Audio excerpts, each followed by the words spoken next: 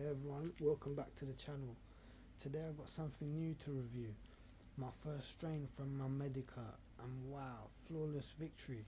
Really is something special. Let's dive into it. First I want to start with the Lineage Terpenes. This strain comes from a powerhouse genetic background. Ice cream cake crossed with a Black Cherry Cheesecake, and if you know me by now, you know I love a unique terpene profile, and this one really delivers. The aroma is layered, fruity and slightly gassy. Undertones make it stand out a lot. It's fully flavoured and bold, and what I really appreciate about this strain is that it leans towards the sativa side, which is always a plus in my book. Long flowering sativas take ages to grow, 14 plus weeks usually for a pure landrace, compared to the quick 8-week hybrids that clinics usually opt for. That's why we rarely see full-on sativas in the UK medical scene. They just take too long to produce, but for true connoisseurs the payoff is worth it, because sativas tend to have a far richer terpene profile, in my opinion anyway, in my experience.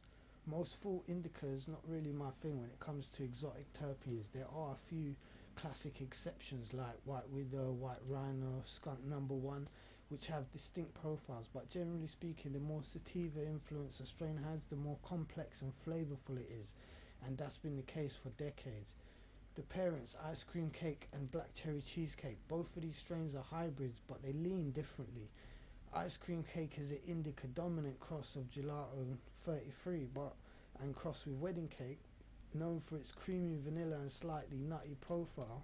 But now Black Cherry Cheesecake, on the other hand, is also an indica leaning hybrid, but it has those sweet berry and cheesy notes that add a lot of depth.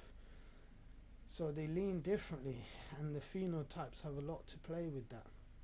Given the flavour explosion of Flawless Victory, I had to dig deeper to see if there was more sativa influence than expected, being that it says they're indica leaning hybrids. If these phenols lean more towards their sativa side, then that explains the delicious taste, and from my experience it definitely does. Strength and value. Now onto the high. I'll be honest, it's not as strong as I would have liked. It's smooth, enjoyable and flavourful, but it didn't last long, as it doesn't hit the way some other strains do. Because of that, I went through it very fast. For those with lower tolerances, it might be perfect, as it won't be overwhelming, but if you're someone who needs strength as well as flavour, you might be feeling a little underwhelmed. Here's the real question: is it worth the price? At £85 per 10 gram, I expect both top tier flavour and potency. The flavour is definitely on point, but the strength not quite there for me. So while it's a great strain in terms of taste, I wouldn't say it's the best value for money if you're looking for something heavy hitting. The final verdict. Flawless Victory had me thinking I was about to experience just that. A flawless victory in flavour, strength and overall experience. And while it absolutely delivers on taste, the strength just doesn't quite match up. So in the end it's more like a split decision rather than a true knockout.